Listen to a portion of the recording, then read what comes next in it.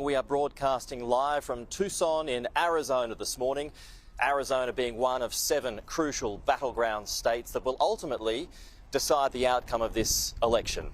It's a state that's worth 11 electoral college votes. Remember, you need 270 to win.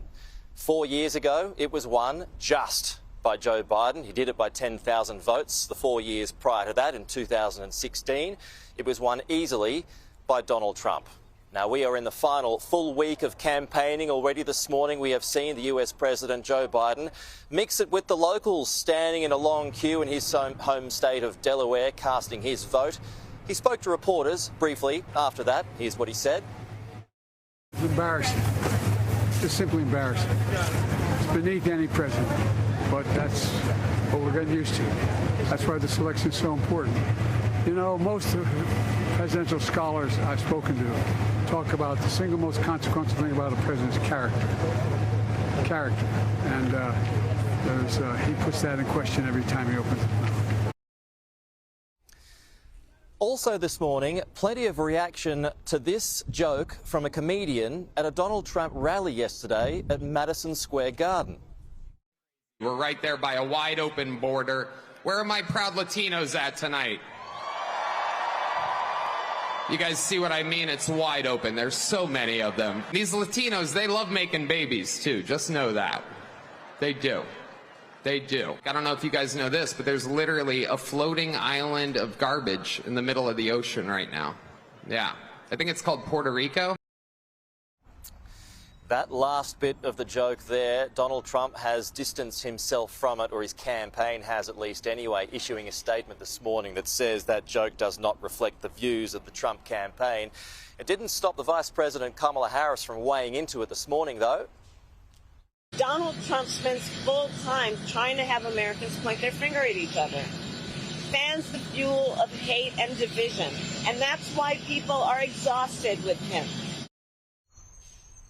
So as we reported, Arizona is one of 7 crucial battleground states that will decide the outcome of this election. Another one is an even bigger one in Pennsylvania, where Annalise Nielsen joins us live from. Annalise, a lot of voters already casting their vote today. They are, and it has been breaking records across the country. Now 44 million Americans have cast an early ballot, according to the election lab at the University of Florida. And what we're seeing in those numbers is a drastic uptick in the number of Republicans who've been voting early. Last time around, they didn't, because they didn't trust the system. This time around, they've been told to swamp the vote, and we can tell you many are turning out to do just that.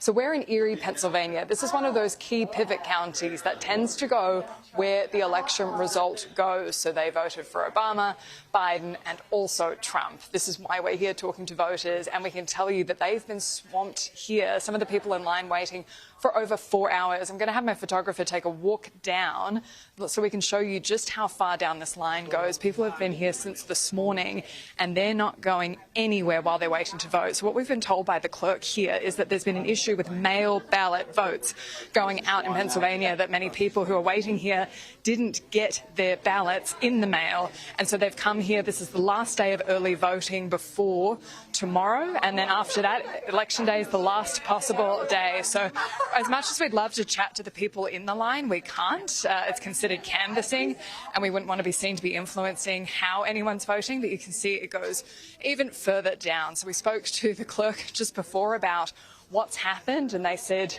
they thought they had everything ready to roll, and this has taken them by surprise.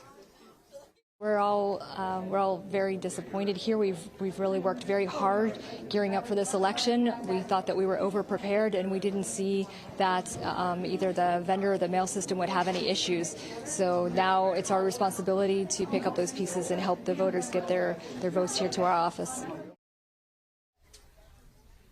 Again, Pete, we can't talk to people in line about their voting intentions, but what we do know from people who've been leaving, and also from some of the polling that's been happening, exit polling of those early voters, is there has been an increase in Republicans getting their vote in early, but they are still being outperformed by Democrats. And so this is still very much a close race. And we have to remember too, just because these races come in close, it doesn't mean the Electoral College votes won't be picked up and give us a dramatic result in the end, but it will be an absolute nail-biter on election night.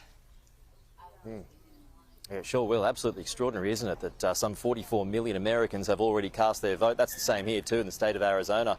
1.2 million people from Arizona have so far cast that vote, and we'll be getting into that a little bit more later on in the program. Annalise, thank you. Yeah, it's not just US President that will be on the ballot for those folks in Arizona this time around. There's also a couple of key issues, one being abortion, the other being illegal immigration, that people will be voting on in just over a week's time, Kenny, but we'll have more on that shortly. Excellent, Pete. We'll chat to you soon. Thank you very much.